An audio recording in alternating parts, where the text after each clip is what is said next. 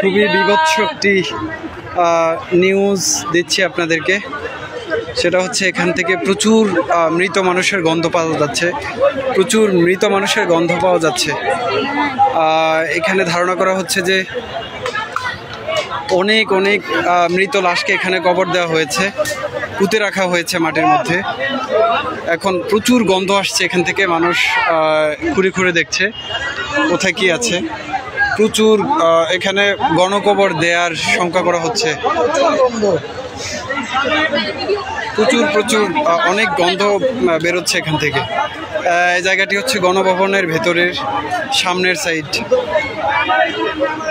অনেক মানুষকে এখানে পুঁতে রাখার আলামত পাওয়া যাচ্ছে। আমি আপনাদেরকে একটু দেখাচ্ছি। এখানে এই যে নতুন চিহ্ন দেখা যাচ্ছে,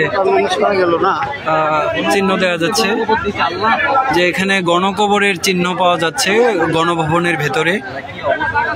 প্রচুর মরা লাশের গন্ধ বেরোচ্ছে এখান থেকে।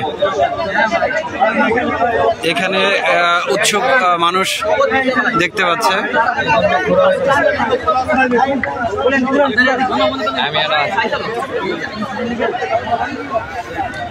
অনেক লাশের গন্ধ বেরোচ্ছে এখান থেকে।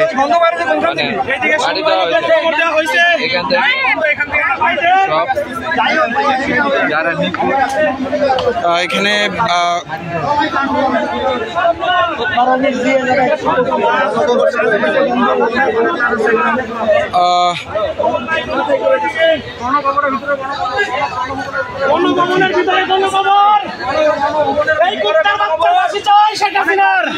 ভাই এখানে আপনি কি শঙ্কা করছেন? ভাই এখানে 1000 উপরে মানুষের গণকবর দেওয়া হয়েছে ভাই গণভবনে। জি, 1000-এর উপরে গণকবর দেওয়া হয়েছে।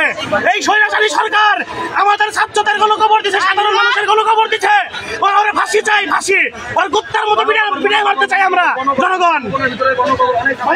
বলার নাই।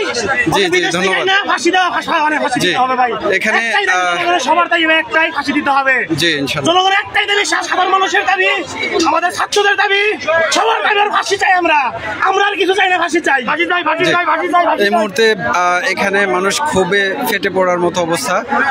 প্রচুর গণকবরের সন্দেহ করা হচ্ছে এখানে গণভবনের সামনেই ভেতরে। তো এখান থেকে প্রচুর গন্ধ বেরোচ্ছে। এখানে টেকাই রায় হয়ে পড়ছে।